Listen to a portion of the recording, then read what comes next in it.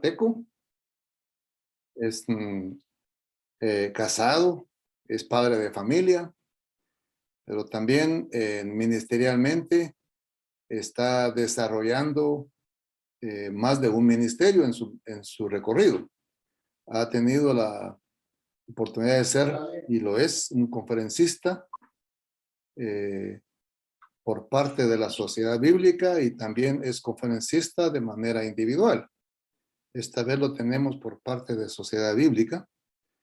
Ha desarrollado también su ministerio pastoral. Igualmente, a la par, ha tenido el desarrollo de su ministerio de la docencia. Es un especialista en el idioma hebreo bíblico y desarrolla su docencia en la Universidad Panamericana, en la Facultad donde está la licenciatura y la maestría de dicha universidad. Entonces es un gozo tenerlo con nosotros en esta noche, sabiendo que su experiencia como dentro del tema de la Biblia nos dejará con mucho aprendizaje.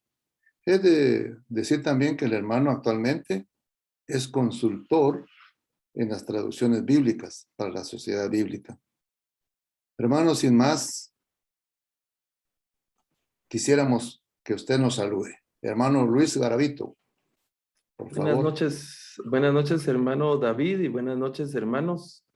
Gusto de saludarlos a cada uno de ustedes. Es un verdadero gusto el poder estar juntos esta noche y compartir alrededor de este tema tan importante que tiene que ver con la palabra del Señor, con la Biblia. Así que muchas gracias por la invitación y el espacio de poder compartir con ustedes.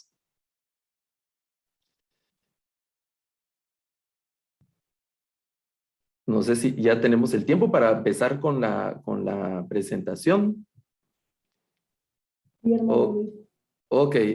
Bueno, entonces, hoy nos reúne el tema de que estamos este mes de agosto en Guatemala desde hace ya algunos años, en iniciativa en conjunto de varias organizaciones, entre ellas la Sociedad Bíblica de Guatemala. Durante el mes de agosto se celebra el mes de la Biblia, y eso es algo muy emotivo porque nosotros sabemos que todo nuestro quehacer de la vida cristiana gira alrededor precisamente del texto, como dijeron los reformadores, la única norma de fe y de conducta, nuestras escrituras. Entonces vamos a platicar algo esta noche en relación a la Biblia. Y este mes que estamos ya concluyendo, el mes de agosto, unos días nos hacen falta, lo hemos dedicado para celebrar, meditar, reflexionar, conmemorar el tema de la Biblia a través de muchas formas y también desde diferentes perspectivas. La de esta noche vamos a estar hablando acerca de la Biblia y las buenas nuevas.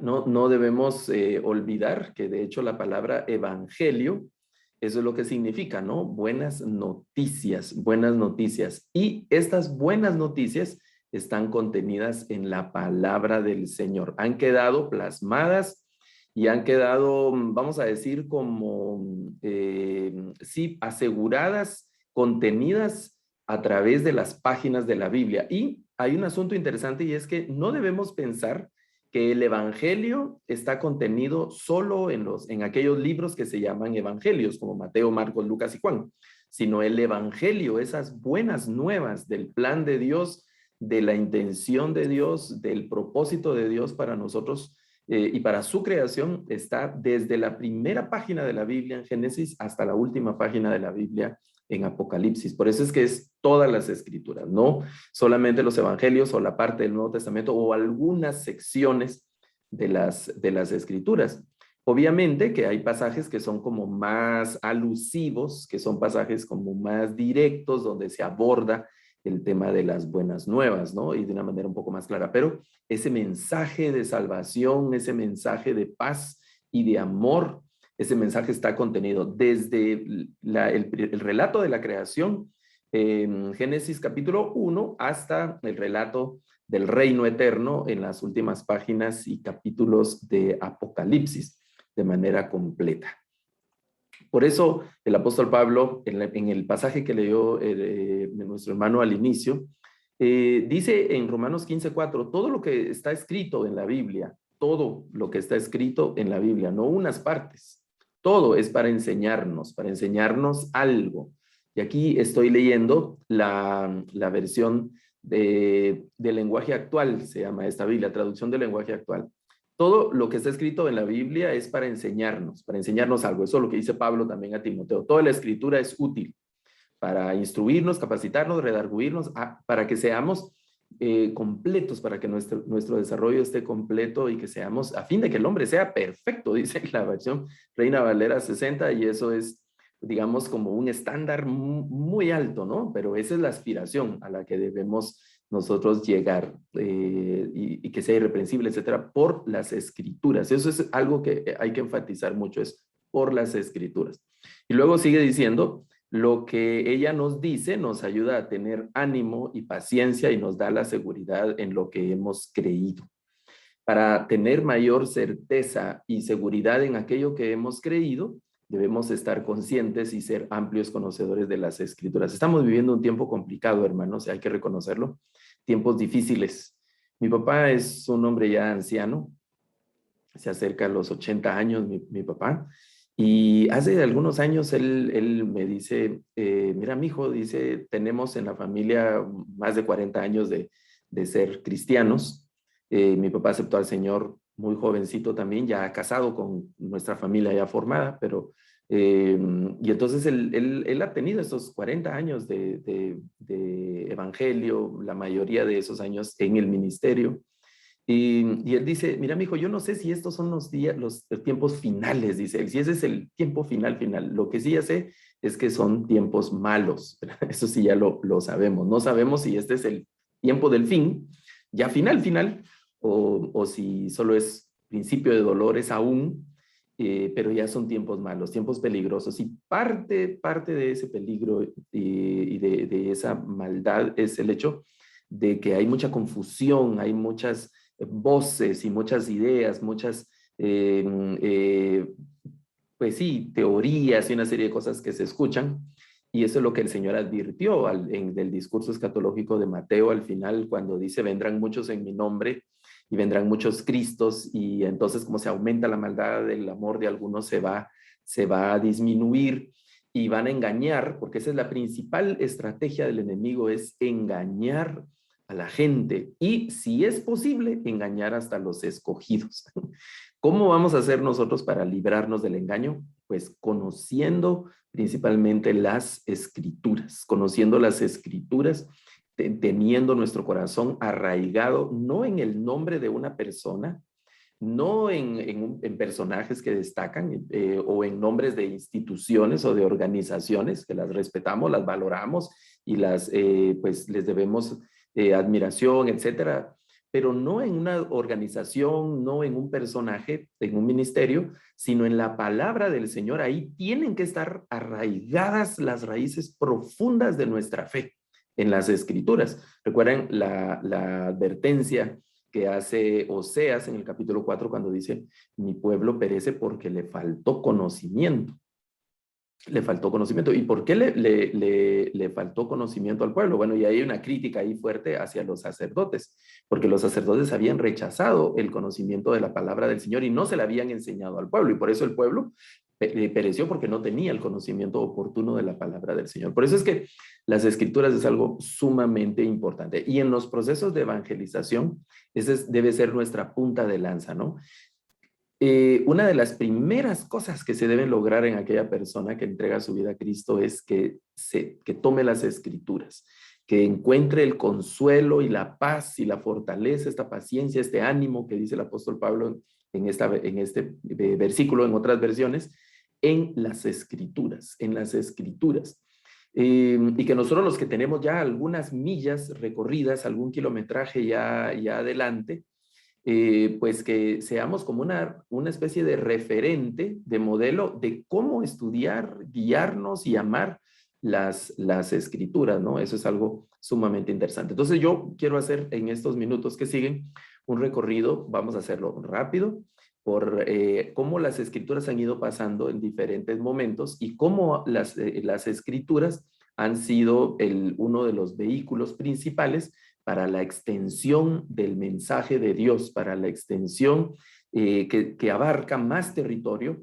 en el mensaje de la palabra del Señor. Hay que iniciar diciendo que las escrituras no siempre fueron un texto, sino que tuvieron un periodo de oralidad. Fueron relatos que pasaban de una persona a otra, de una generación a otra, de una familia a otra. Pasaban así de manera oral. Nosotros sabemos ahora que los evangelios, por lo menos, se escribieron posteriormente, no se escribieron en el momento en el que estaban ocurriendo los hechos. Mateo no iba ahí con su cuaderno tomando notas. Probablemente tomó algunos datos, algunas notas. Mateo era un escriba, entonces él pues tenía esas habilidades, ¿no? Pero no lo sabemos. Sabemos que el Evangelio de Mateo aparece ya redactado, según los datos que se tienen, años después. Entonces, hubo una parte donde el mensaje de Jesús estuvo únicamente de manera oral y solo después empezó a poner por escrito. Igual, muchas historias, muchos relatos, muchos salmos, muchas profecías.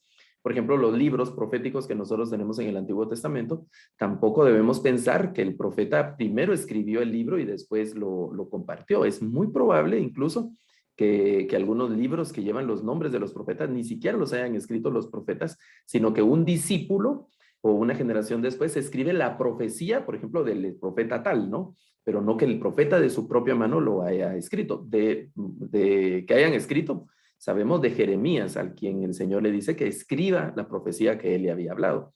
Nada más. Entonces, eso es algo interesante, ¿no? Todas esas partes que van apareciendo. Solo después, en el contexto sobre todo que conocemos hoy de Mesopotamia, empiezan a aparecer algunos intentos de escritura. Los primeros intentos de escritura. Y cuando se escribe, claro, la escritura surge en pueblos distintos a Israel, en un momento donde probablemente ni siquiera existía Israel como pueblo, y empiezan a ocurrir primeros intentos por plasmar el pensamiento, las ideas y las experiencias de las personas, ponerlos por escrito, ¿no? Eso es diferente. Entonces, eso empieza a dar lugar a una serie de cosas muy, muy interesantes. O sea, la escritura precisamente surge por esa necesidad de contar con un registro, de tener un registro de la actividad humana muy, muy, muy particular. Y los primeros intentos fueron muy rudimentarios, ¿no? Desde imágenes, por ejemplo, si querían hablar de un pájaro, entonces escribían un pájaro, ¿verdad? Si querían hablar de, por ejemplo, así como las pinturas rupestres que hay en algunos lugares que son escenas de cacería, entonces para contar la cacería no escriben, ¿no? Y salimos al campo, tantos hombres, con flechas o lanzas o piedras y cazamos un venado y qué sé yo, sino que dibujan la escena. Esa es escritura, ¿no? Esa es escritura. Por ejemplo, la escritura maya, que son glifos, ¿verdad? Que también no son letras, sino que son glifos, y el glifo implica tiene toda una manera de poderlo interpretar. Por eso se habla de diferentes fases de la escritura, desde la escritura pictográfica, luego está la ideográfica, hasta llegar en un desarrollo interesante, hasta las letras que nosotros tenemos, ¿no? Y las letras representan sonidos, y esos sonidos, cuando se juntan, representan palabras, y las palabras representan conceptos, y esos conceptos pueden representar ideas más complejas, y así es el asunto de la comunicación escrita. Ese es un tema sumamente interesante. Por ejemplo, aquí a la derecha arriba es un dibujo, una imagen de algunos materiales que empezaron a surgir. Nosotros sabemos que la Biblia, y eso es algo bien interesante, hermanos, la Biblia ha estado escrita en la tecnología que ha estado disponible en diferente momento, en diferente tiempo.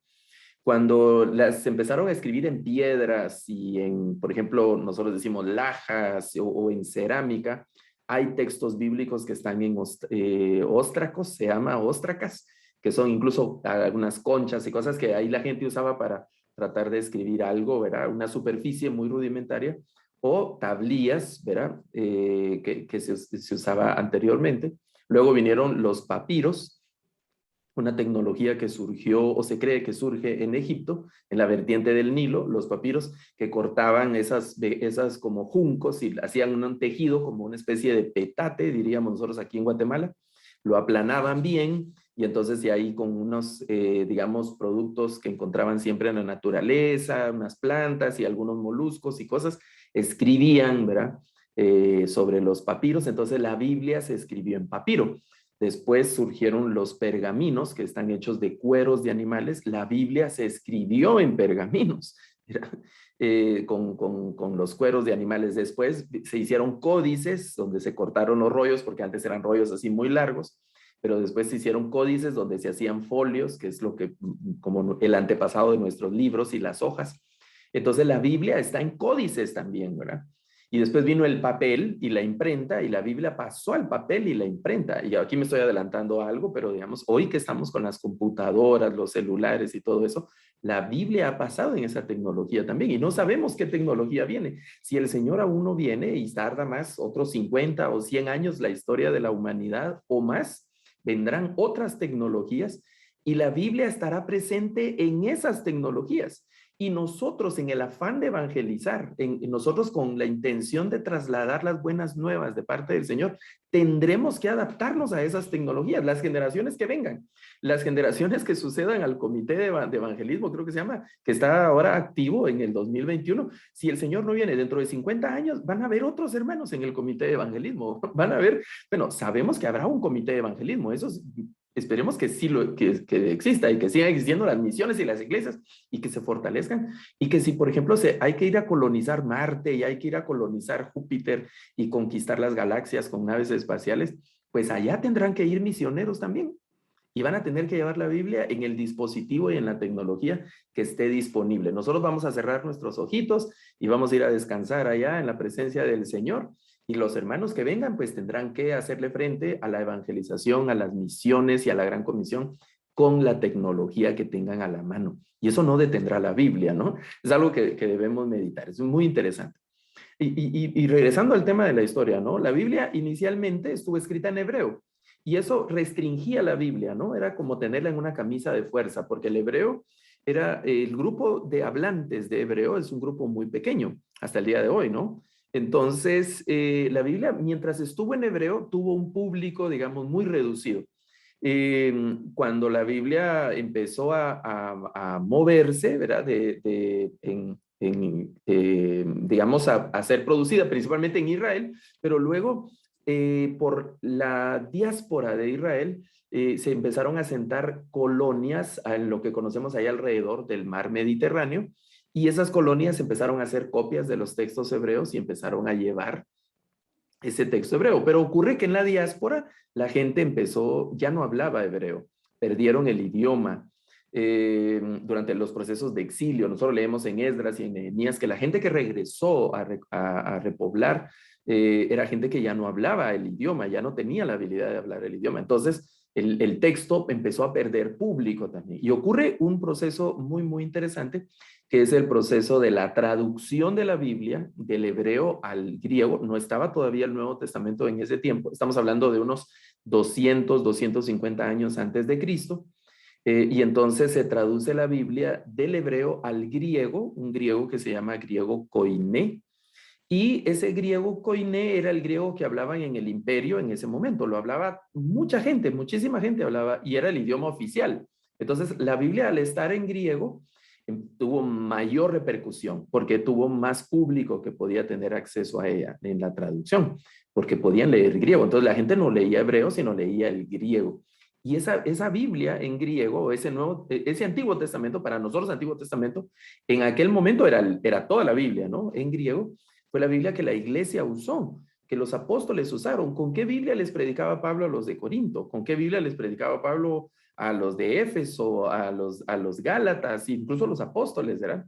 En los primeros versículos de la primera carta de Pedro, Pedro habla a los hermanos que están en el Ponto, en Galacia, en Capadocia, en Bitinia, y habla de esas regiones donde no hablaban hebreo, hablaban griego. Entonces, las cartas del Nuevo Testamento también se escriben en griego, y eso hace que la palabra del Señor tenga mayor alcance, mayor difusión. Posteriormente, en el siglo III, hay un proceso de traducción a otro idioma mayoritario, que es el latín, y se traduce del hebreo y del griego, porque ahora ya hay escrituras en hebreo y hay escrituras en griego, se traduce al latín, que esa Biblia se llama la Vulgata Latina. Ahí habían otras anteriores, hay una que se conoce como la Vetus Latina, anterior a la Vulgata, pero la Vulgata tiene mayor difusión y es una traducción más pulida, entonces tiene mayor difusión, y esta Biblia también se extiende en el contexto del Imperio Romano.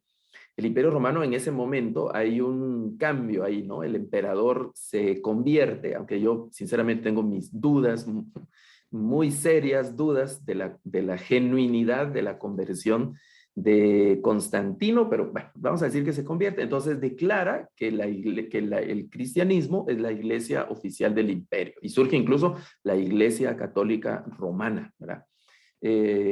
Porque es el imperio romano, ¿no? Y entonces se institucionaliza la iglesia y se declara a la Biblia en latín como la Biblia oficial de la iglesia. Eso tiene, digamos, sus pros y sus contras, ¿no?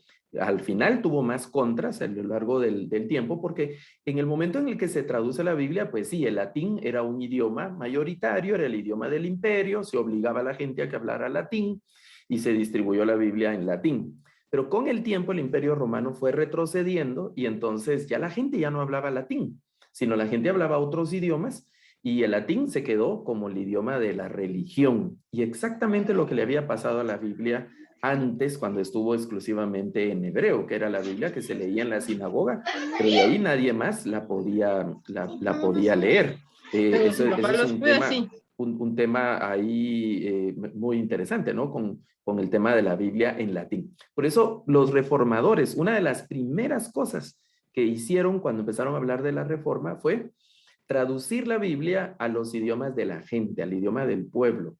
Eso lo hizo Wycliffe, ¿verdad? Al traducir la Biblia al inglés. Eso lo hizo Tyndale, eso lo hizo Casiodoro de Reina, eso lo hizo Lutero, traducir la Biblia al idioma de su pueblo para que la Biblia tuviera mayor alcance. Y eso también tuvo una extensión más amplia.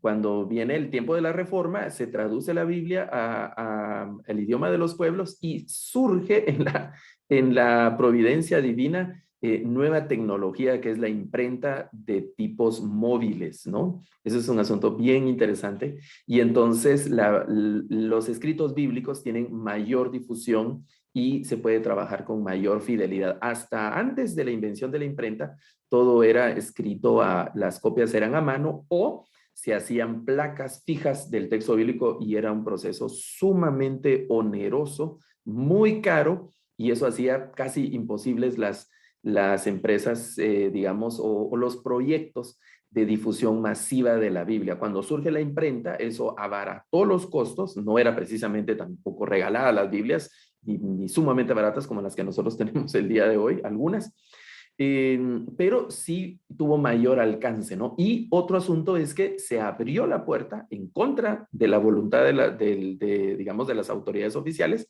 pero se abrió la puerta para que la Biblia fuera traducida a muchos idiomas, y eso ocurrió. Y por eso, cuando el otro proceso histórico, cuando se descubre América y empieza la conquista y la colonización de América, la Biblia pasa a estas nuevas colonias, aunque vamos a ver que hay algunas situaciones ahí interesantes, pero la Biblia pasa a estas nuevas colonias, y también es traducida la Biblia al español en Casiodoro de Reina, y esa Biblia empieza a permear en algunas de las colonias, en algunos de los pueblos. Eso es algo muy interesante, que vamos a volver a ese tema un poquito más adelante. Entonces, desde el contexto de Israel hasta el contexto de América, la Biblia ha viajado en diferentes contextos geográficos, en diferentes contextos históricos y cronológicos, y también en diferentes idiomas. Desde Canaán, ¿verdad? Desde Canaán, pasando por Egipto, en el contexto también de Mesopotamia. Hay relatos y evidencias de las escuelas rabínicas que estuvieron trabajando con el texto bíblico en Mesopotamia, en Babilonia, y también en los relatos de textos digamos que fueron traducidos al siriaco en la parte norte de Israel en el contexto de Siria, y los textos que se trabajaron digamos, en Roma y otras partes, ¿no? Eso es algo sumamente interesante, hasta los contextos más lejanos, de contextos de Medo-Persia. Luego, esta evangelización empieza a extenderse, principalmente llevando al frente de la evangelización la Biblia como esa punta de lanza que decía del proceso de la extensión del evangelio. En el primer siglo, por ejemplo, el contexto era ahí en Israel, en el ministerio del Señor y la primera parte del ministerio de los apóstoles, y el texto bíblico estaba, digamos que siendo producido y trabajado en esa región. Posteriormente, ya en el siglo segundo al siglo noveno, hay una extensión del evangelio por la parte de lo que conocemos hoy como Europa, el pueblo de Turquía, que en aquel momento era como Asia, esa región de los viajes apostólicos, los viajes misioneros apostólicos, llevando la palabra del Señor y también escribiendo y reproduciendo lo que hoy conocemos como el Nuevo Testamento. Y hay un momento, como estábamos hablando, donde esas escrituras pasan al Nuevo Mundo, al que conocemos hoy como Nuevo Mundo, la América, ¿verdad? Donde nosotros vivimos en un proceso de evangelización, siempre trayendo las escrituras. Pero hay un asunto interesante, porque en América se ocurrieron dos procesos. Un proceso que son diferentes, ¿no? De cristianización y el proceso de evangelización. ¿Cuál es la diferencia que quiero marcar del proceso de cristianización y el proceso de evangelización? El proceso de cristianización es cuando vinieron los primeros conquistadores, franceses, españoles o portugueses principalmente, y ellos impusieron una religión. Traían una Biblia, esa Biblia venía en latín, era la Biblia de la Iglesia Católica, y traían esa Biblia en latín y no se la daban al pueblo, sino que era para los religiosos nada más. Y el pueblo tenía que aceptar las enseñanzas, y muchas de esas enseñanzas se hacían en latín. La misa era en latín. ¿Qué iba a entender la gente de una misa en latín? Nada, no entendía nada. Entonces, pero habían procesos donde misas masivas, ¿verdad? Y todos los que oían la misa, aunque no entendieran nada, ahora eran cristianos y eran obligados a observar los rituales cristianos, la liturgia, ¿verdad? Eran obligados a dejar algunas prácticas, etcétera, y obligados incluso so pena de muerte. No eran obligados así de disciplina que le quitaban los privilegios 6 meses, ¿verdad? Sino que eran látigo, vara, golpes, sangre y muerte en el peor de los casos, ¿verdad? Quemar aldeas, una serie de cosas. Es un proceso de cristianización muy violento. Luego vino el periodo de la evangelización, donde la Biblia ya no es impuesta, sino que es predicada principalmente por misioneros protestantes, por misioneros evangélicos, decimos ahora, ¿no? Pero principalmente por misioneros protestantes. Guatemala tiene una historia conmovedora, interesantísima, de las misiones y de la Biblia, que ojalá tuviéramos otro momento para poder hablar de ese tiempo. La Iglesia Centroamericana tiene un papel preponderante en esa historia de evangelización, cuando mucha gente que trabajó traduciendo la Biblia a los idiomas indígenas con el Instituto Lingüístico de Verano y los antecesores del Instituto Lingüístico de Verano, el trabajo de don Francisco G. Pensotti y otros, ¿no? Desde principios del siglo XX hasta nuestro tiempo, más de 100 años ya de esa historia de evangelización, traduciendo la Biblia y repartiendo la Biblia, poniendo la Biblia a disposición de la gente. De eso que estamos hablando, de cristianización y de la evangelización, hay un libro interesante de don Juan Macay que se llama El Otro Cristo Español, que yo les animo a que lo puedan buscar y leer, donde habla de estos procesos, ¿no? Cómo se impuso la religión en un momento y la diferencia entre las misiones, cómo fue las misiones que se hicieron originalmente de violencia y de imposición, y las otras misiones de invitación y de predicación, en realidad, de la palabra del Señor. Vamos, por ahí va la tesis del libro de don Juan Macaya, que invito a que lo puedan leer. Entonces, la iglesia hasta el día de hoy está comprometida principalmente con un tema de evangelización mundial, no evangelización local. Claro que debemos iniciar en círculos pequeños, extendiéndonos y extendiéndonos hasta lo último de la tierra, pero estamos comprometidos con la evangelización mundial. Por eso incluso hay un versículo que se ha tomado como una base de las misiones con una perspectiva escatológica, y es este versículo de Mateo 24 que dice: y será predicado este evangelio del reino en todo el mundo para testimonio de todas las naciones, y entonces vendrá el fin. Entonces vendrá el fin en ese proceso de evangelización. Comprometidos todos con la gran comisión. Y a mí me gusta hablar de la gran comisión desde la perspectiva de los 4 evangelios, no solo de Mateo o de Marcos, porque hay algo de la gran comisión en la perspectiva de los 4 evangelios. En Mateo se nos pide que vayamos y que hagamos discípulos, ¿cómo? Enseñándoles que guarden, dice el Señor, lo que yo les he mandado. ¿Y cómo vamos a saber qué es lo que el Señor ha mandado? Por nuestras ocurrencias, por lo que sentimos del corazón, nuestras ideas y nuestra creatividad. Digamos que hay una parte, un espacio para que nosotros podamos como tener esa creatividad y dar lugar a nuestras ideas o una cosa así, pero no es la base principal, no es lo más importante. Lo más importante es enseñarles a que guarden lo que el Señor ha mandado, y eso está contenido en la palabra del Señor. Eso está contenido en la Biblia, ¿no? Y claro, requiere un proceso exegético, un proceso hermenéutico para describirlo, pero está ahí en la Biblia. Nuestro manual está en la Biblia, en la palabra del Señor. Y hacemos nosotros muy bien en leer la palabra del Señor. Y yo quiero decir algo aquí con muchísimo respeto, y se los digo con muchísimo respeto y con muchísimo cariño. Se los digo, ¿no? Soy evangélico de pies a cabeza completamente desde niño, y doy absolutamente gracias al Señor por eso. Pero a veces cometemos errores, porque no sabemos de memoria el manual, nuestro manual de doctrina, pero no conocemos las escrituras. No conocemos la Biblia.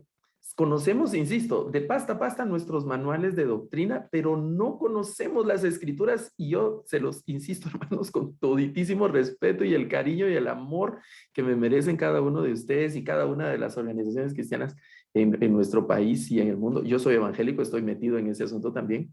Cometemos ese error. No sabemos de principio a fin nuestros libros favoritos, ¿verdad? De nuestros autores favoritos, pero no leemos la Biblia, no conocemos las escrituras, y ese es un error. Ese es un error que el Señor se lo dijo a los religiosos de aquel tiempo. Les dijo: ustedes están equivocados porque ignoran el poder de Dios y también ignoran las escrituras, ¿no? Y ellos así como pensando, ¿será que la ignoramos? Cada uno de nosotros debemos juzgarnos en este punto. Entonces hay una porción de la gran comisión en donde en el centro están las escrituras. Por ejemplo, en la versión de Marcos dice: id y predicad. ¿Predicad qué? El evangelio. Y el evangelio son las escrituras. Y entonces, si yo no conozco las escrituras, ¿qué voy a predicar, hermano? ¿Cómo voy a enseñar? ¿Cómo voy a discipular? ¿Con qué materiales, con qué contenido estoy predicando? ¿Con qué contenido estoy discipulando o estoy enseñando? Creo que esa es una reflexión muy profunda y muy amplia que tenemos nosotros con mucha sinceridad que hacer. En Lucas, al final de Lucas, ya el Señor resucitado, los discípulos tenían algunas dudas, y lo que dice Lucas es que el Señor le abrió la mente a los discípulos, los hizo entender las escrituras, les abrió la mente, dice Lucas, para que entendieran las escrituras, y comenzando desde la ley, los salmos y los profetas, dice Lucas. Es decir, todas las escrituras, porque la ley, los salmos y los profetas es como vamos a ver, digamos, una referencia a cada una de las 3 partes en las que los judíos tienen organizada la Biblia: la Torá, los Neviim y los Ketubim, es decir, toda la Biblia en aquel momento. Hoy nosotros diríamos que necesitamos que el Señor nos abra la mente para que entendamos las escrituras, y de esa manera poder hacer de manera efectiva la gran comisión. Que el Señor nos abra las escrituras con humildad. Tenemos que reconocer que nuestra intelectualidad, nuestros títulos, nuestros estudios y nuestra inteligencia, nuestra sagacidad o sentido común no son suficientes. Yo no estoy diciendo que no sirvan, porque sí sirven y debemos hacerlo, pero no son suficientes, sino que necesitamos el auxilio del Espíritu Santo, necesitamos el auxilio del Señor, que Él abra nuestro entendimiento. Por eso Pablo dice en Corintios que la mente natural no puede percibir las cosas espirituales porque han de ser discernidas de manera espiritual. El extremo de eso es el misticismo, ¿no? Caer en misticismo. Hermano, yo no leo la Biblia porque a mí Dios me lo va a revelar o Dios me lo va a dar en el momento que yo llegue al púlpito. Esa es haraganería, ¿verdad? Haraganería. Y también podemos ponerle otros adjetivos ahí feos, pero no vale la pena en este momento. Entonces, la gran comisión implica una serie de cosas en ese sentido interesante. Y aquí me estoy acercando al final de mi participación esta noche. Cuando el Señor dice en Mateo, por ejemplo, toda autoridad me ha sido dada en el cielo. Aquí estoy resumiendo los versículos. Toda autoridad me ha sido dada en el cielo y en la tierra. Eso es autoridad para realizar la gran comisión. Pero esa autoridad va a depender de las escrituras, del conocimiento, la aplicación y nuestra relación con las escrituras. Luego en Marcos dice que les reprochó su incredulidad.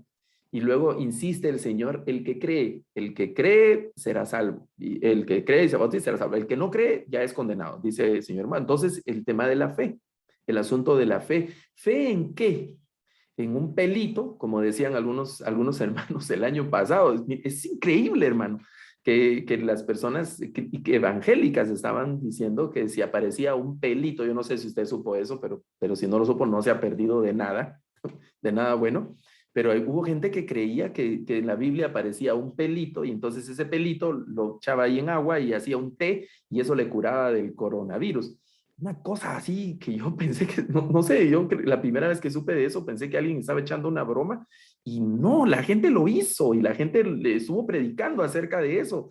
Es una cosa así horrible. Entonces, ¿fe en qué? En un pelito, fe en que si yo arranco unas hojas de la Biblia y me las pongo en el pecho, eso me va a curar como un asunto fetichista, animista, una cosa así. No, fe en la verdadera palabra del Señor, en el verdadero mensaje del Señor, que no está fundado solo en algunos versículos de la Biblia, de todo lo puedo en Cristo que me fortalece, sin tomar en cuenta el contexto ni nada de eso, sino fe en la verdad contenida a lo largo y ancho de las Escrituras, en todas las Escrituras.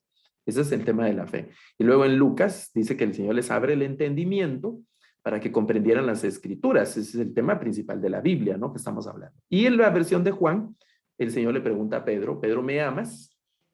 Y Pedro contesta, hay un diálogo interesante, ¿verdad? Hasta que 3 veces, y el Señor siempre lo comisiona al ministerio. ¿Me amas? Pastorea. ¿Me amas? Apacienta. ¿Me amas? Ve. ¿Verdad? Esa es la gran comisión. Pero antes el Señor ha dicho, el que me ama, mi palabra guardará. Dice en Juan 14:26. El que me ama, mi Padre y yo vendremos a él y haremos morada en él. Y luego más adelante dice, y el que me ama, mi palabra guardará. Mi palabra guardará. Entonces, el verdadero amor para el Señor no depende si lloramos o le estamos tirando besitos cada rato. Ay, cómo amo yo a mi papaito lindo, sino es de guardando las Escrituras. Y al momento de guardar las Escrituras, eso va a servir también como un mensaje encarnado en nosotros para mostrarlo a las demás personas en relación al mensaje de la palabra del Señor. ¿Ok? Bueno, por eso es que nuestro compromiso es entonces el ir a ser discípulos y enseñarles principalmente las Escrituras, el tema de la palabra del Señor, en un mundo que está en problemas. Estamos en conflicto, hermano, estamos en problemas y tenemos que reconocerlo, tenemos que cuidarnos. No es falta de fe, sino que tenemos que reconocer el tiempo que está ocurriendo, el tiempo que está pasando y no debemos desmayar. Por eso el consuelo, la fortaleza, la paz y la seguridad que nos deben dar las Escrituras, eso debe traer para nosotros mucho ánimo en el tema de nuestro corazón. ¿Ok? Yo me voy a detener acá. Y no sé, mi hermano David, si hay algún comentario o alguna pregunta que los hermanos quisieran hacer esta noche. Este es un tiempo para que podamos platicar un ratito. Pues muchas gracias, hermano. Sí, tenemos un tiempo para reacciones. La hermana va a dirigirnos ese momento. Ok. Gracias, hermano David. Buenas noches, hermanos. Hermano Luis, queremos dejar este tiempo para escuchar a algunos hermanos, algunos amigos que están conectados, si tienen alguna pregunta. Si hay alguna pregunta que quieren hacerle los estimados oyentes en esta noche, este es el momento. Creo que es un tiempo de aprendizaje, ¿verdad? Muy, muy rico para la vida nuestra. Así que el tiempo está abierto. No sé si alguien tiene alguna pregunta que hacerle a nuestro hermano Luis Garavito. El tiempo es para ustedes.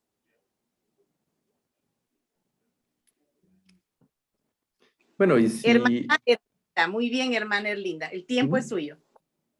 Mi pregunta es si las diferentes versiones no distorsionan el mensaje de la Biblia, porque yo lo veo ahora con otras versiones que ya no es como como conocemos el Salmo 23, sino tiene otras versiones, ¿verdad? Yo tuve la oportunidad de escuchar una niñita que declamó el Salmo 23 y era totalmente diferente. El mensaje sí es parecido, pero como que a mí me desubicó porque yo no conocía el Salmo 23 de esa manera. Entonces, si eso no sucede exactamente con todos los demás pasajes. Bueno, la pregunta aquí, hermana Linda, es ¿diferente a qué? ¿Con qué está comparando ese Salmo 23 nuevo? ¿Lo está comparando con qué? Con las palabras diferentes que usan. Por ejemplo, creo que es la versión actual, la nueva versión actual, ajá, la que tiene un Salmo 23 totalmente con palabras diferentes. Por eso, pero mi pregunta es, ¿esta versión actual la está comparando con cuál otra versión? Con la Reina Valera 60. Ok. Bueno, este es un tema que tendríamos que platicar acerca de las traducciones, de las versiones y las revisiones. Antes de la Reina Valera 60, ¿existían Biblias o no existían Biblias? ¿Qué piensan? Bien, había. Había Biblias. ¿Eran iguales a la Reina Valera 60? No. Eran diferentes a la Reina Valera 60. Por lo menos otra conocida de nosotros es la Reina Valera 1909. Es la Biblia anterior a la Reina Valera 60. Si comparamos la 1909 con la Valera 60, también va a ser diferente en algo, ¿no? Va a tener algunas diferencias esa Reina Valera 1909 y Reina Valera 1960. Y si comparamos la Reina Valera 60 con la traducción del lenguaje actual, o con la Biblia Dios habla hoy, o con la Biblia de Jerusalén, o con la Biblia, vamos a ver cuál otra, de las Américas, la nueva versión internacional y otras que han surgido, van a ser diferentes. Porque en la traducción, cuando se hace una nueva traducción, las palabras pueden resultar siendo distintas, la manera en la que se traducen.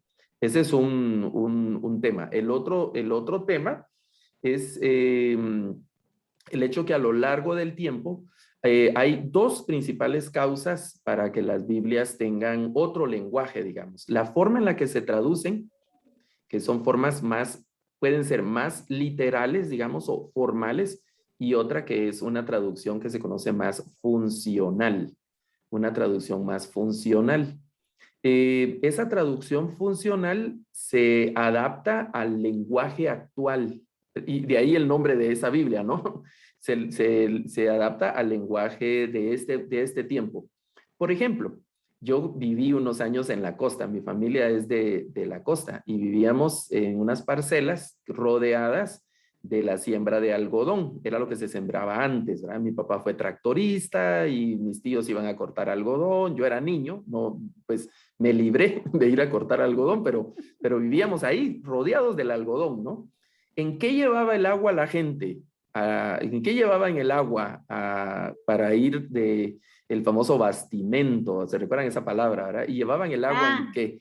En tecomates. En tecomates llevaban el agua. Pero hoy la gente que va al campo, ¿en qué lleva su agua? Pachones. En pachones o en los envases de gaseosa, ¿no? Esos de triple, ¿verdad? Que son de plástico. En eso los llevan. ¿Por qué no llevan su agua en tecomates? Porque ya no hay. Ya no hay, ha cambiado el tiempo, ¿no? Ha cambiado. De hecho, si usted le pregunta a los jóvenes, hay muchos jóvenes que ni siquiera saben qué es un tecomate, ¿verdad? Aquel dicho de yo no necesito tecomates para nadar, ya no lo entienden, porque han cambiado los significados, han cambiado las palabras. Entonces, las nuevas versiones se adaptan al lenguaje que estamos utilizando nosotros ahora. Por ejemplo, la Reina Valera, la 60, la 1909 y la 60, utilizan el lenguaje vosotros. Cuando el Señor dice, vosotros sois la luz del mundo, ¿verdad?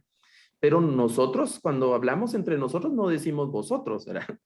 Esa no es una forma en la que nosotros hablamos. En Latinoamérica no usamos vosotros, usamos ustedes. Y entonces las nuevas Biblias ya no usan el vosotros, han quitado vosotros, ¿no? Que es un cambio, digamos, que está muy presente en el texto bíblico, y hay otros cambios más fuertes, más profundos. Por ejemplo, la Reina Valera 60 utiliza en el Antiguo Testamento el nombre Jehová, y las nuevas Biblias ya no utilizan Jehová, sino que utilizan el nombre el Señor. Y eso tiene una explicación, que no es que estén manipulando, manoseando o traicionando la palabra del Señor. Porque así como hubo un equipo que tradujo la Reina Valera, y si ustedes averiguan un poco en los años anteriores, cuando se publicó la Reina Valera, tuvo mucha resistencia. Nuestros abuelitos cristianos, que eran cristianos en aquel momento cuando se publicó la Reina Valera, tuvo resistencia. Esa Biblia no estaba bien, porque la comparaban con ¿cuál? Con la 1909, era la Biblia que estaba circulando. ¿Qué debemos hacer nosotros hoy?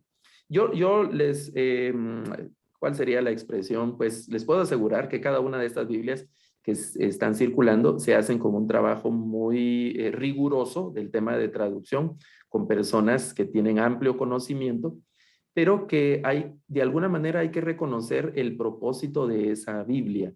Es como, por ejemplo, el tipo de lenguaje que se quiere utilizar, para qué los usos para los cuales esa Biblia se va a utilizar. Y también la otra recomendación sería tener varias versiones de la Biblia para poderlas leer, ¿verdad? Para poderlas leer y poderlas comparar. Y no es que se esté cambiando, cambia el lenguaje, por algunas de esas razones que yo les estaba explicando así rápidamente, pero en el fondo el principio y la enseñanza es el mensaje el que va a prevalecer, ¿verdad? Y ahorita la más usada es el lenguaje actual. No, la Biblia que sigue siendo más usada y más distribuida es la Reina Valera 60. Esa sigue siendo la Biblia más popular hasta el día de hoy, ¿verdad?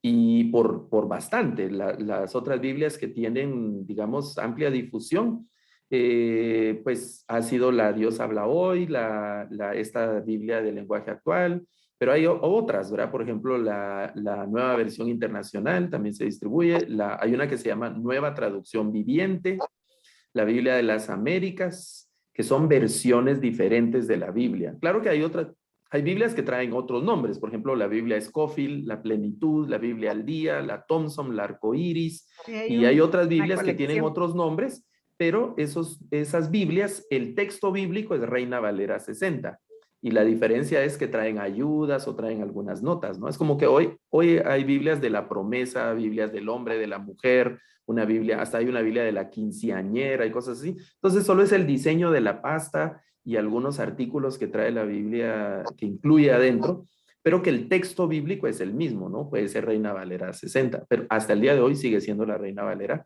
la Biblia más distribuida. Eso no significa que la Reina Valera es la mejor Biblia, y tampoco significa que es la peor Biblia. Es decir, cada Biblia tiene su valor. Hermana Sandra, tengo una pregunta. Sí, mi hermano. Sí, hermano Carlos, puede hacerla. Fíjate que, gracias, hermano. Buenas noches. Yo tengo una pregunta porque yo tengo la Biblia 1909. Aquí lo tengo. Ajá. Entonces, en 2 Corintios 5:13, le voy a leer qué dice y le voy a leer lo que dice Reina Valera 5:13. Dice, porque si loqueamos es para Dios, si estamos en ceso es para vosotros. Y el 5:13 de la Reina Valera dice así, porque si estamos locos es para Dios, si somos cuerdos es para vosotros. Gracias, hermano. Sí, qué bonita versión la 1909, me gusta porque si loqueamos, y también, ¿verdad?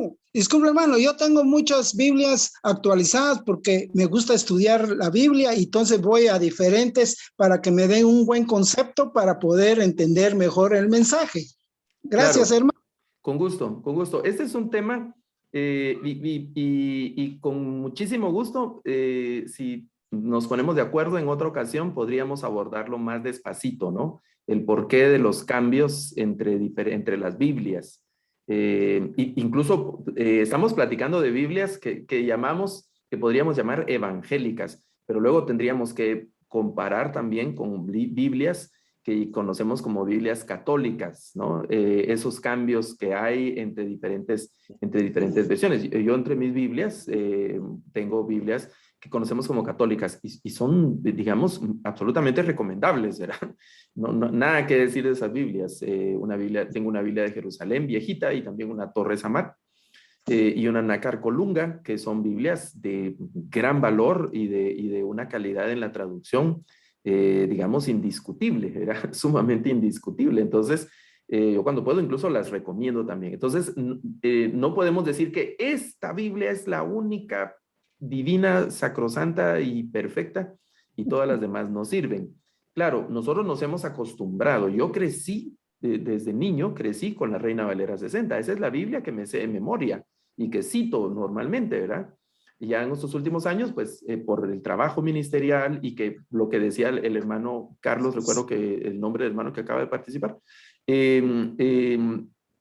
pues ya no nos tenemos que exponer al estudio de otras versiones de la Biblia, ¿no? Y otro tema, un poco, digamos, más complejo, pero que tendríamos que hacerlo de alguna manera, sobre todo los que somos estudiantes, predicadores y que compartimos la palabra del Señor, es el conocimiento de los idiomas bíblicos, ¿no? Del hebreo y del griego, conocer algo. Todos los predicadores en algún momento les toca que aprender algo de los idiomas originales. Por eso en todos los seminarios, institutos bíblicos se enseña algo de los idiomas originales porque hay que conocerlos. Y al conocer los idiomas originales, entonces uno empieza a comprender de una mejor manera el porqué de los cambios. Y yo les ofrezco con muchísimo gusto, nos podemos poner de acuerdo en otro momento para abordar este tema de una manera un poquito más despacio, digamos, ¿verdad? Ver imágenes y algunos ejemplos, etcétera, para que podamos hablar del porqué de los cambios entre las versiones de la Biblia, ¿verdad? Hermano Luis, tenemos aquí en el chat, creo que es una pregunta similar a la anterior. ¿Son confiables todas las traducciones de la Biblia? Hablamos de traducción, es que están apegadas a la palabra. Dice. Sí, debo decir sí, absolutamente sí. Un par de excepciones, en mi opinión, que son de las más conocidas en nuestro medio. Debemos ir con cuidado con la Biblia de los Testigos de Jehová, por ejemplo, ¿verdad? Que así la conocemos, la traducción del Nuevo Mundo.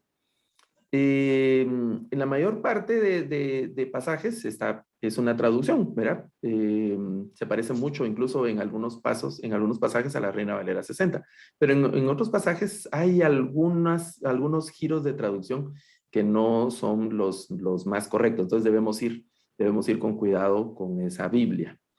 Y la otra que en absoluto recomendable, y si la tienen o quieren investigar por curiosidad, pues es así, hay que ir con todo el cuidado del mundo y así como cuando entran personas a una sala donde hay personas, por ejemplo, ahorita que entran a los pabellones de COVID, que entran, ¿has visto cómo entran las personas, verdad?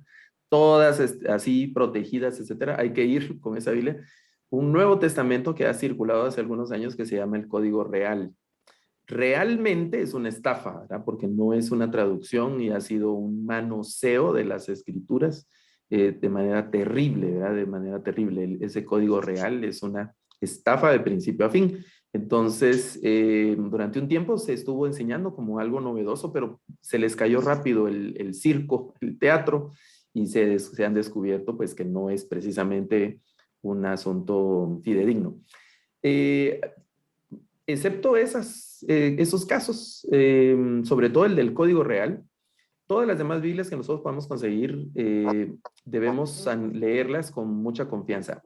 Debemos ir con un poco más de cuidado con aquellas Biblias que han sido producidas por un ministerio, digamos por una iglesia o denominación en particular, porque normalmente las Biblias que publican los ministerios o las iglesias las inclinan a su doctrina, las inclinan a su propia confesión teológica, ¿verdad? Entonces, normalmente estas Biblias, la Reina Valera, todas estas que hemos mencionado, son Biblias en las que ha trabajado un equipo que es interdenominacional, interconfesional, interdisciplinario, no las hace una persona, sino son equipos de muchas personas, de muchas personas que se están trabajando. Yo estoy trabajando actualmente en la revisión de una Biblia que se va a publicar en 2023 probablemente, y es un equipo de unas 15 personas aproximadamente que están trabajando en esa revisión. No es una traducción, sino que es una revisión de una de las Biblias que se ha distribuido más en español.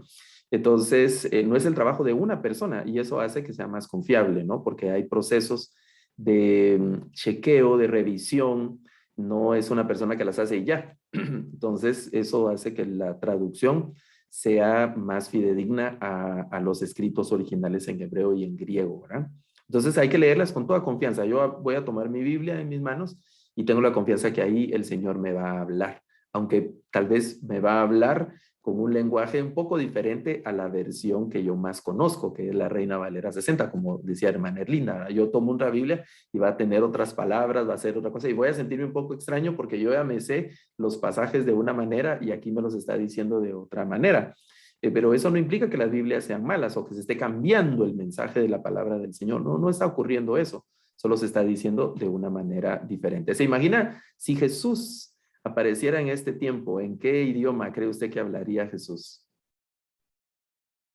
¿En qué idioma cree que nos hablaría? Si de repente el Señor ¡guau!, apareciera aquí en esta reunión de Zoom, ¿en qué idioma? En español. En español, ¿verdad? En español. En nuestro idioma, para que le En nuestro entendamos. idioma, ¿verdad? ¿Se imagina el Señor hablando en arameo aquí entre nosotros? ¿Quién de nosotros le va a entender? Nadie, ¿verdad? Entonces el Señor no va a venir a hablarnos en arameo. Entonces nos va a hablar de la manera en que entendamos, nos va a hablar de la forma en la que entendamos, por supuesto. Incluso lo vemos nosotros, ¿no? Nuestros hijos hablan ya de una manera diferente, tienen nuevas palabras. Cuando nosotros crecimos no existía la palabra computadora, celular, teclado, chatear, WhatsApp, Facebook, no existían esas palabras y otras palabras, ¿verdad? Que se usan el día de hoy. Ya nuestros hijos están creciendo con este lenguaje y los hijos de nuestros hijos, digamos, las siguientes generaciones, van a tener un nuevo lenguaje y van a necesitar nuevas Biblias, van a necesitar nuevas traducciones de las escrituras, ¿no? De ese tema. Por eso, insisto, y si me permiten, casi que me estoy autoinvitando a una siguiente reunión para que podamos platicar de traducciones, versiones y revisiones de la Biblia y lo hablemos un poquito más despacio, ¿verdad? Gracias, hermano Luis. Tenemos ahí en el chat una pregunta más. La Biblia que le llaman del oso, ¿en qué consiste, hermano?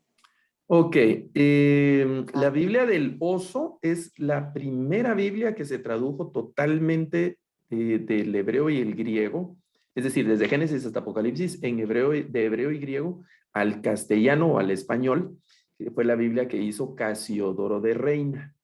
La Biblia Reina Valera se llama así porque lleva, digamos que el apellido del primer traductor y el primer revisor. El primer traductor fue Casiodoro de Reina. Él tradujo en 1569. Déjenme ver si encuentro una imagen aquí rapidito en la computadora. Lo tengo aquí a la mano, así que no se me desesperen, va a ser cuestión de unos minutos, un minuto, porque tengo esa imagen aquí a la mano. Vamos a ver, para mostrarles algunas imágenes de la Biblia del oso, de la que estábamos platicando. Esta imagen, voy a compartir aquí mi pantalla para que lo podamos revisar por el tema de esa pregunta. Es esta imagen, la Biblia del oso, que fue la primera Biblia que se tradujo del hebreo al griego, del hebreo y griego al español por Casiodoro de Reina en 1569. Se conoce como la Biblia del oso porque en la pasta tiene dibujado un oso que se está comiendo un panal de miel. Básicamente por eso se le llama la Biblia del oso. Ese es un tema sumamente interesantísimo porque es la historia de la Biblia Reina Valera. Es decir, la Reina Valera no comenzó a existir en 1960 ni en 1909. La primera Biblia de esa familia viene de 1569, más de 400 años, 450 y algo de años de la Biblia de Casiodoro de Reina. Y luego, unos 30 años después, otro personaje que se llamó Cipriano de Valera revisó el trabajo de Casiodoro de Reina. Cipriano de Valera. Y entonces él revisó, hizo pequeños cambios, se conocen. Esta otra Biblia de 1602 se conoce como la Biblia del Cántaro. Aquí casi no se nota en esta imagen porque es muy pequeña, pero tiene una imagen de un cántaro que está vertiendo agua en la pasta. Entonces, por eso se conoce como la Biblia del Cántaro, 1602. A partir de ahí, a esta Biblia se le conoce como la Biblia de Reina y Valera. Así se le conocía, la Biblia de Reina y Valera. Con el tiempo quedó con el nombre de Biblia Reina Valera, ¿no? Y otras revisiones, 1865, la 1909 que estábamos hablando, hay una revisión de 1995 y la 60, que es la Biblia más conocida, la 60, ¿no? Ahora hay una Reina Valera contemporánea. Yo se las recomiendo, si pueden comprar una Biblia Reina Valera contemporánea, la versión de estudio, esa es una Biblia que hay que tener para leerla, las notas y ese tipo de cosas, ¿no? Con el tema ahí de la Biblia. ¿Ok? Sí. Gracias, gracias, hermano. Y también a través de Facebook, alguien preguntó, ¿los libros deuterocanónicos tienen algún valor histórico? Completamente tienen un valor histórico. Para la iglesia evangélica, desde hace ya mucho tiempo, no se consideran, bueno, no están en el canon, el primer canon, y no se consideran de inspiración sagrada y no se consideran libros de autoridad divina. Pero eso no implica que sean libros ni satánicos, ni prohibidos o escondidos, un tipo de cosas así, sino que tienen lo que la hermana señala o el hermano señala, no sé quién ha preguntado, un valor histórico, un valor literario, un valor poético, incluso, ¿no? Por ejemplo, hay un libro que se llama Eclesiástico y otro que se llama de Sabiduría, que son libros parecidos al libro de Eclesiastés y al libro de Proverbios, y que tienen un valor poético y un libro sapiensal, un valor sapiensal, digamos, interesante, ¿no? Que no cometemos ningún pecado, eso lo puedo decir con tranquilidad, no cometemos ningún pecado al leerlos, ¿verdad? O al tener en casa una Biblia que los tenga, esos libros deuterocanónicos. Y ahí la tarea será investigar la historia de por qué se llaman deuterocanónicos, por qué también a otros se les considera apócrifos, por qué unas Biblias los tienen y otras Biblias no. Esa es una tarea ahí de investigación interesante también que debemos hacer. Muchas gracias, licenciado Luis Garavito. Yo creo que no sé si tenemos tiempo para una última pregunta. Yo estoy en mi casa y aquí solo si nos tardamos más un minuto para traer un café y seguimos otras 2 horas. Media vigilia. Queremos saludar a los hermanos que están viendo la transmisión a través de Facebook. Que el Señor les bendiga. Y qué bueno que están ahí interesados en la conferencia que nos ha traído mucha bendición. No sé si hay alguna otra pregunta. Si no, terminaríamos esta parte de la exposición. Muy agradecidos como Comité de Evangelización del Consejo Central de Iglesias Centroamericanas con nuestro hermano licenciado Luis Garavito. Gracias por el tiempo, por enriquecer nuestra vida, amado hermano. Y también se nos olvida, ¿verdad? Orar por todas las personas, los hermanos que tienen que ver con esas traducciones que son tan importantes para alcanzar a más personas para Cristo, para el conocimiento de su palabra. No sé si hay alguna otra pregunta, puede abrir su micrófono. Y si no hay preguntas, hermana, y si me regalan 5 minutos más, yo estaría muy feliz para poder platicar otras cositas con ustedes. Está bien. Muy bien, hermano, el tiempo es para usted. Ok, entonces voy a regresar a compartir la pantalla para platicar de algo que yo no quiero dejar pasar esta noche. Entonces, un momentito en lo que comparto mi pantalla. Sí, la tienen a la vista ahora, ¿ok? ¿Sí? Si me confirma alguien. Sí. Sí. Bien, estamos Sí. hablando de la Biblia que hablamos hace un momento que la Biblia ha estado, digamos que impresa, escrita en los formatos y utilizando la tecnología de cada momento. Cuando la Biblia se escribió en piedra, se escribió en cortezas de árboles, en pieles de animales, así muy rudimentario. Después el papiro, el pergamino, los códices en papel.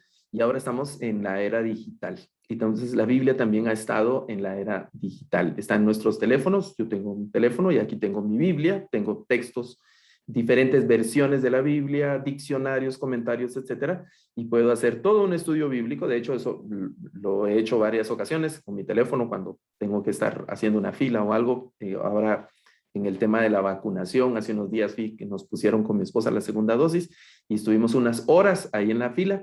Entonces saqué mi teléfono y me puse a leer y leí algunas cartas de Pablo usando mi teléfono. No llevaba ningún libro, sino mi teléfono puede leer. Entonces la Biblia ha estado también en el formato digital, en las computadoras, en los celulares, en los teléfonos, en las tabletas, está la Biblia, ¿no? Y por eso le decía, más adelante no sabemos en qué dispositivos va a estar.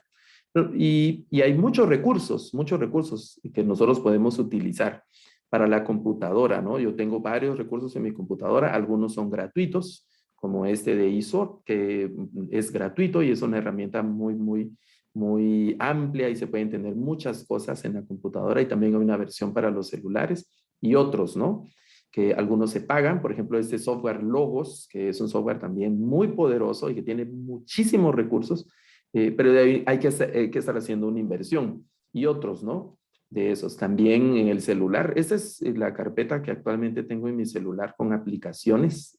Yo he enviado algunas donaciones que han sido donaciones pequeñas, pero algunas donaciones, algunas de estas aplicaciones, que no es obligatorio, son gratuitas. Y entonces las puedo bajar a mi teléfono y usarlas, ¿no? Para leer la Biblia, para estudiar la Biblia, para leer en griego, en hebreo, diccionarios, imágenes, mapas, las puedo tener en mi teléfono y estudiar ahí utilizando estos recursos. También en Guatemala hay un proyecto de una organización que se llama La Fe Viene por el Oír, que trabaja en conjunto con varias organizaciones cristianas. La Sociedad Bíblica de Guatemala trabaja con La Fe Viene por el Oír y básicamente entregan estos aparatitos que se llaman proclamadores. Son dispositivos de audio dedicados, se dice, porque no es un radio, sino que es nada más un dispositivo que ya trae grabado la Biblia, la mayoría de ellos el Nuevo Testamento, en idiomas mayas.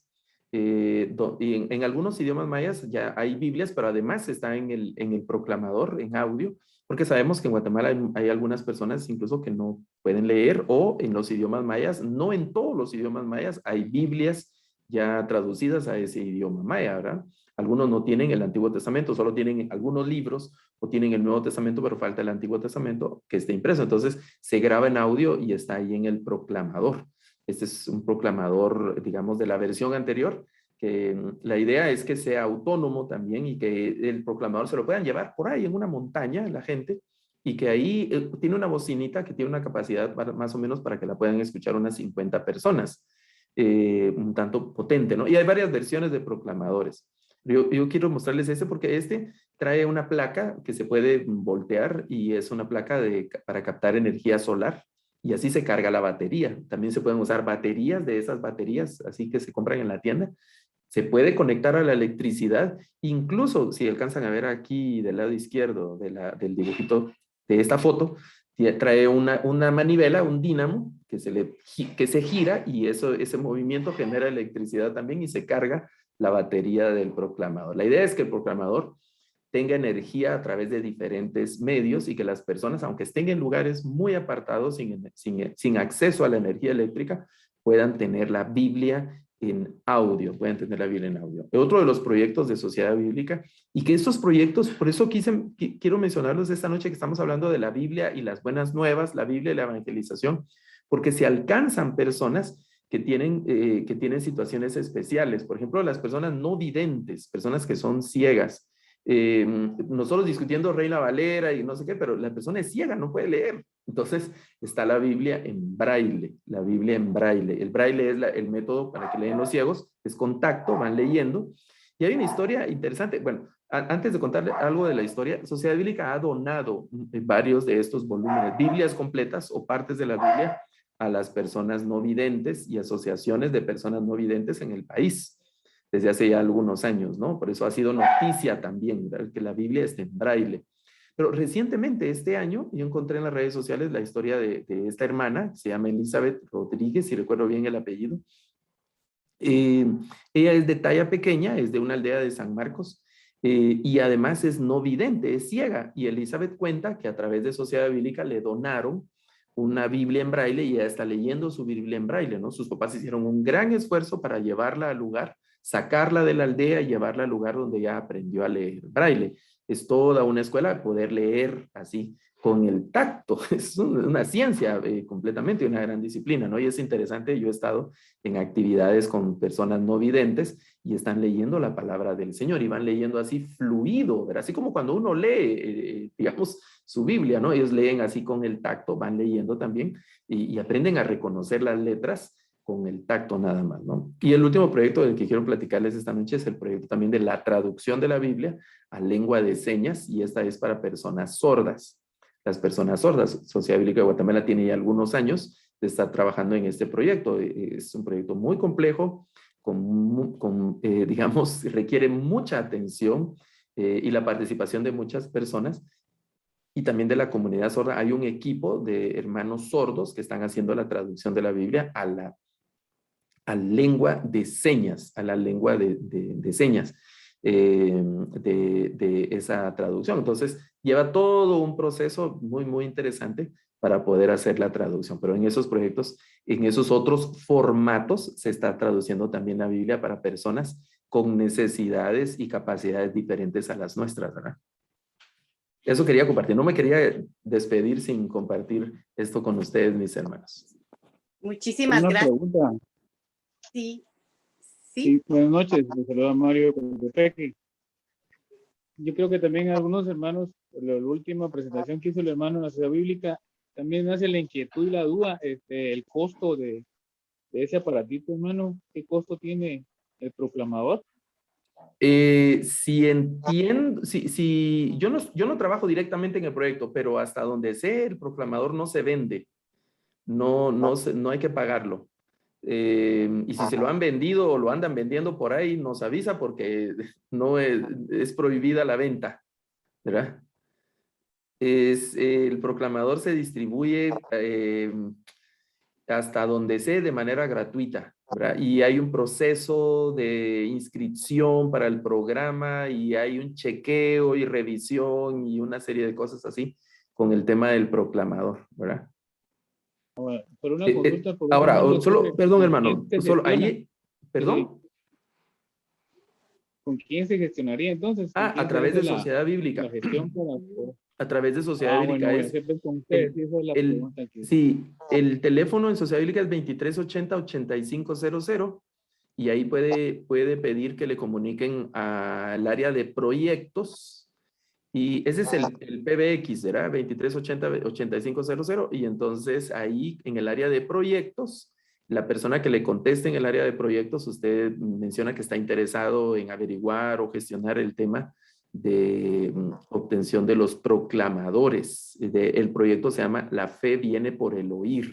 Así se llama el ministerio, La Fe Viene por el Oír. ¿Verdad? Sí, disculpe, hermano. Sí, yo pensando también en el área rural, ¿va? Eso es muy importante. Sí. Se distribuyen, no sé, pero solo se lo distribuyen. molesto con el número, hermano, disculpe. El número 2380-8500. Y ahí le va a contestar una persona que está en la planta y pide que le comuniquen a proyectos, con la persona encargada o la persona de proyectos. Entonces, quien le conteste en proyectos, entonces ya le dice que está interesado en participar de La Fe Viene por el Oír. El número. 2380-8500 es el teléfono de Sociedad Bíblica. Gracias, hermano. Dios le bendiga. Muy amable. Va a estar pendientes ahí. Sí, y hay una gestión. Yo entiendo que hay una gestión. Les decía, es un programa muy, muy serio. Entonces, hay que llenar algunos formalismos, ¿no? Y luego se obtienen los proclamadores. Hasta yo entiendo, hasta donde yo sé, no tiene un costo el tema de la participación, pero hay un proceso que hay que llevar para la obtención de los proclamadores, porque esos obviamente sí tienen un costo, es decir, los proclamadores no se dan en un palo ahí en el campo, ¿verdad? Sino que alguien paga por esos proclamadores. A ese punto iba a mencionar que hay donadores alrededor del mundo y en Guatemala también hay donadores que están aportando para que esos proclamadores se distribuyan, no solo en Guatemala, sino se distribuyen en muchas partes del mundo, ¿no? Con tal de que el evangelio sea predicado. El evangelio sea predicado. Como estamos hablando de de la Biblia y las buenas nuevas, pues la Biblia está ahí en audio, ¿no?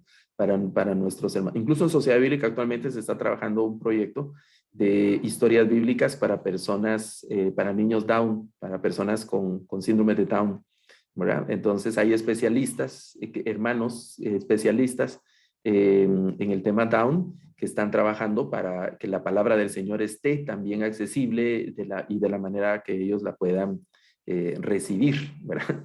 Es un tema muy, muy noble también y muy interesante que la palabra del Señor esté disponible para todos. Yo recuerdo hace años, estaba en una predicación, escuchando a un predicador y el hermano estaba insistiendo a que el pasaje de la fe viene por el oír. Y él insistía que uno tiene que oír la palabra, oír, y él le hablaba de eso, de oír. Entonces yo recuerdo que en mi corazón surgió un tema que con el tiempo después entendí por qué tuve ese sentimiento, pero yo sentado reaccioné y pensé, ¿y qué pasa con los sordos? Si la fe viene por el oír y los sordos no pueden creer. Y entonces me quedé con la inquietud, con la duda. Años después, el Señor me ha permitido trabajar con la comunidad sorda, aquí en Guatemala y en otros países, traduciendo la palabra del Señor. Por ejemplo, los sordos hablan en señas, ¿no? Esta seña, aquí, así. Esta seña es como una seña Te amo. casi universal, ¿verdad? Que significa te amo, exacto. Es en inglés, porque sería I love you, ¿verdad? Entonces los 3 dedos, así. Es esta señal, ¿verdad? Te amo, esa señal. Y el nombre de Guatemala, en una seña, así, ¿verdad? Esta seña, en lenguaje de señas, significa Guatemala. Ese es el nombre de Guatemala, ¿verdad? Esta seña, que es más o menos como la figura de la cola del quetzal, algo así es lo que están tratando de ejemplificar. Ese es Guatemala, así como está haciendo hermana Sandra, ¿verdad? Guatemala. ¿En qué país vivimos nosotros? Es Guatemala, ¿verdad? Este es Guatemala. Y cada país tiene su seña, ¿no? Y así, ¿verdad? Es un tema ahí muy noble, muy interesante. Gracias, hermano.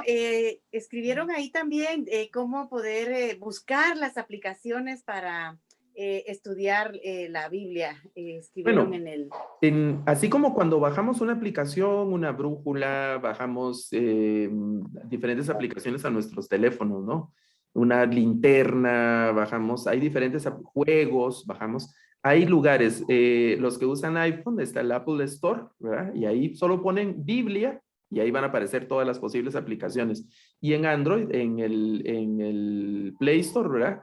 Buscar esa función del teléfono y poner Biblia, nada más, ¿verdad? Solo en el buscador ahí escribo Biblia y ahí aparecen todas las opciones. Y el tema es meterme, ver cuáles están ahí disponibles y, bueno, si no soy muy hábil con el celular, pues pedirle mi sobrino, mi hijo, a un nieto, a un hermano de la iglesia. Los patojos son pilísimas para eso, ¿verdad? Entonces, si yo no puedo, yo tengo hijos jóvenes, entonces, mira esto, ¿cómo lo hago, verdad? Entonces, ellos me han ayudado. Ahora, con el tema de Zoom, pues ellos me han ayudado un montón, ¿no? Ellos están en la universidad y ese es su pan de cada día.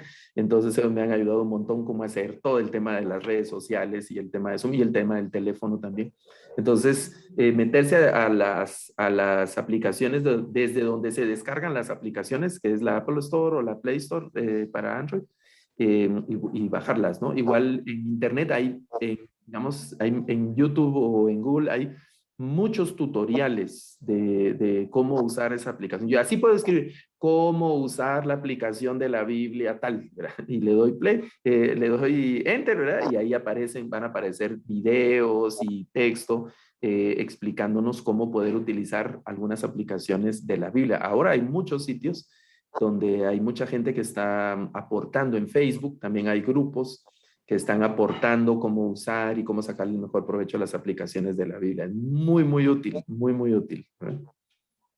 Yo les cuento, perdón hermana, les cuento rapidito un testimonio. Yo antes iba a la iglesia, hace años iba a la iglesia con un maletín y ahí llevaba 2 Biblias, un diccionario, un comentario, mis cuadernos, y a la hora del mensaje o las enseñanzas bíblicas, ¿verdad? Dios me ponía todo eso ahí en las piernas, oyendo al predicador y tomando notas. Tenía una duda y sacaba el diccionario y así. Después compré una laptop, ¿verdad? Entonces ya llevaba la computadora y ahí tenía la información bíblica. Ya no llevaba el maletín con mis Biblias. Ahora tengo una tabletita. Cuando me toca predicar, ya ni siquiera pues, no llevo una Biblia física, sino llevo una tabletita cuando predico. Y ahí están las Biblias también, o el teléfono, que es lo que carga uno para arriba y para abajo todo el tiempo, ¿no? Entonces, en un descuidito, uno lee algo ahí, surge algo, o le hacen a uno una pregunta o cualquier cosa, entonces uno tiene ahí la información a la mano, ¿verdad? Muy bien, muchas gracias por los consejos, gracias por la respuesta, gracias por el tiempo, hermano Luis, que el Señor lo bendiga y lo siga usando. Gracias también por la apertura, ¿verdad? De que puede haber una próxima conferencia para Con seguir. muchísimo gusto, con muchísimo gusto. Muchas gracias, licenciado Garavito.